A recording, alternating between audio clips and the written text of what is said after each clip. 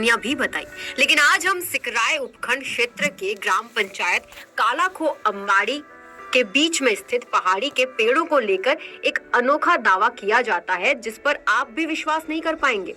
यहाँ महादेव जी, हनुमान जी और लक्ष्मी नारायण जी का मंदिर भी बना हुआ है और यहाँ सुबह शाम पूजा होती है। यहाँ रहने वाले लोगों की मान्यता है कि यहाँ जो पहाड़ी पर धोक की प्रजाति के पेड़ पाए जाते हैं वो एक रात में ही बड़े हो जाते हैं और जब ये पेड़ नष्ट होते हैं तो उन्हें लोग ले जाते नहीं हैं और यहीं पर मंदिर में अग्नि के लिए काम में लेते हैं। जो अब तक हमने सुना है और देखा है तो इतने बड़े तो देखते हैं, इतने बड़े हमने पहले से भी देखे हैं। कभी सूख के गिरते हैं, कभी किसी ने जड़ से नहीं काटे और छोटे पेड़ कभी देखे नहीं। हमारे पिताजी भी कहते हैं कि भाई हमने सूर्य जब से देखे हैं इतने बड़े बड़े पेड़ हैं, मतलब बड़े पेड़ रहते हैं, मतलब कभी छोटे पेड़ तो देखे ही नहीं किसी ने। कहते हैं कि लोग बाग भाई रात में ये एक पेड़ सूख के गिर जाता है ना तो उसकी जगह रात रात को नया पेड़ तैयार हो जाता है, ये सुनने में आया है। और ये तपभूमि है कालूदास बाबा की, यहाँ संतों ने कभी तपस्या की थी, ये बुजुर्ग बताते हैं। हम भी देख रहे हैं 20-25 साल से, तो ये पेड़ इतने कितने हैं।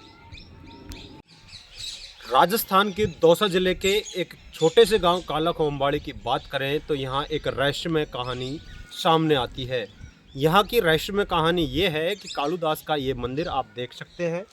यह कालूदास का मंदिर है जहाँ संतों के द्वारा तपस्या की गई थी और तपस्या करने के बाद यहाँ मंदिर भी लोगों के द्वारा बनाया गया था। यहाँ समाधि स्थल भी बने हुए हैं और यहाँ यात्रा भी आती है, लोग पूजा अर्चना करने के लिए सुबह शाम भी पहुँचते हैं। यहाँ की बात करें, यहाँ एक पहाड़ी पर ये बने हुए हैं मंदिर और ये पहाड़ी पर आप देख सकते हैं कि रहस्यमय कहानी ये है कि ये आप धौंक के पेड़ देख रहे हैं। ये धौंक के पेड़ इस पहाड़ी पर छोटे नहीं दिखाई देंगे, ये छोटे पेड़ यहाँ दिखाई नहीं देते हैं, बड़े ही पेड़ दिखाई देते हैं। पेड़ों को लेकर लोगों का दावा है कि यहाँ एक ही रात में ये पेड़ बड़े होते हैं और हजारों की संख्या में ये पेड़ यहाँ पहाड़ी पर देखे जा सकते हैं।